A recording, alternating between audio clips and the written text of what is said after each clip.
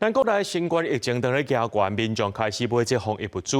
就药师讲，这酒精较有人买，不过叫货时阵，厂商讲今仔开始起价一成，厂商赶紧买货，讲是等到原价无犹太啊。啊，若公平会表示，若准有厂商违法做货起价，就处罚。受到最近新冠疫情侵悬，民众今日要求直接灌2大桶的酒精买落就行。药师讲，最近民众买酒精的人数有增加2-3成，呼应民众需求，有时向厂商加购一寡酒精备货。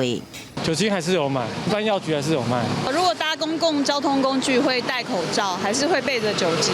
正当国内酒精加快胎这防疫物资需求量侵悬，却受药师发现有酒精的厂商敢若起价，起好大约1成。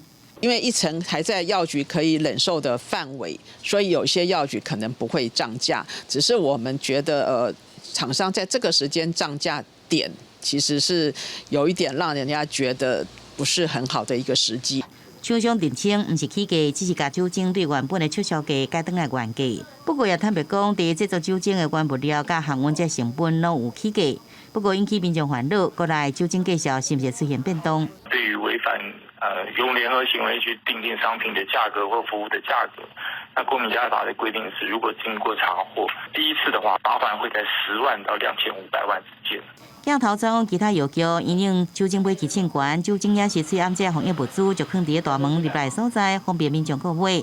疾管署有估，国内新冠疫情高峰有期是伫6月底7月初，呼吁民众出入医疗照护机构这场所，建议爱挂嘴暗，最好自我防护。目前没有规划说要因为这段疫情而又重新祭出口罩令这种比较强制的规定。看起来，其实在这样的宣导之下，民众自主佩戴口罩已经有普遍的一个提升哦，所以应该预期对于疫情的这个减缓是有帮助。疾管署讲，有爱观察5日岁连假效应对国内新冠疫情门诊急诊就诊人数影响。若连假了后有较例外，国内新冠肺炎疫情可望会使提前下降。记者综合报道。